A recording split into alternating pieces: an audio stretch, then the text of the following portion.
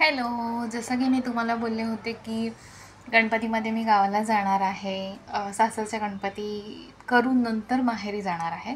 So मी तुम्हाला म्हणाले होते की मी तुम्हाला तिकडे काय मज्जा केली आहे ती पण दाखवेन.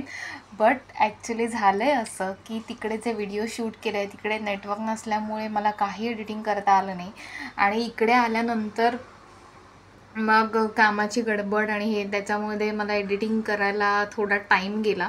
सो आता एक व्हिडिओज येतील. सो प्लीज तुम्ही बघा आणि आय होप तुम्ही त्याला लाईक, कमेंट अँड सबस्क्राईब नक्की कराल. Please please please. So please check करा आणि जे काही व्हिडिओज मी शेअर केले आहेत ते नक्की बघा आणि आवडले तर प्लीज कमेंटमध्ये सांगा. चला मग बघूया काय काय मजा केली आहे. हॅलो. सो फायनली आम्ही निघालो आहे गावाला जायला. आई नाही आहेत अजून. सो आईंना आता आम्ही पिक करणार आहे आणि आम्ही निघणार आहे. सो फायनली आमची जर्नी स्टार्ट झालेली आहे आणि आम्ही निघालो आहे. आणि मग पुढे येऊन आम्ही इव्हनिंगला स्नॅक्ससाठी थांबलो माणगावमध्ये. मग मस्त वडापाव वगैरे खाल्ला, चहा घेतला, मस्त फ्रेश वाटलं आणि त्यानंतर आमची उरलेली जर्नी आम्ही स्टार्ट केली. पुढे आल्यानंतर गोंडसे घाटामध्ये छोटे छोटे धबधबे दिसले प्रतीकला. सो प्रतीकने गाडी लगेच थांबवली कारण छोटे धबधबे आणि पाणी दिसलं की ह्याचा मोह आवरत नाही तिकडे जाण्याचा. सो त्याने थांबवली गाडी आणि मग तो तिकडे गेला. मस्त एकदम थंडगार पाणी होतं. पाऊस नसल्यामुळे मोठे धबधबे नव्हते, छोटे छोटे धबधबे होते. बट खूप सुंदर वाटलं आणि इव्हनिंग असल्यामुळे क्लायमेट खूप सुंदर झालं होतं आणि खूप थंड झालं होतं. सो आम्ही तिकडे थांबून थोडेसे फोटोज वगैरे काढले आणि मजा केली.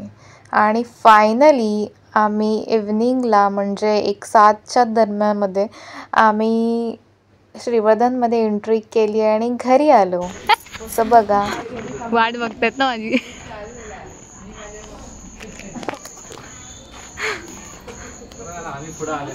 हा बरोबर. आज दिसत नाही तुम्ही. हा इकडचा लाईट लावायला पाहिजे होता.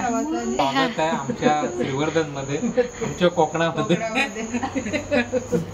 आपल्या कोकणात कसे आहेत भाई? बरे आहेत ना? हॅलो. इकडे कोण आहे? आदिती. कसे आहेत? मस्त मस्त. इकडे कोण आहे? अम्मी जान है क्या?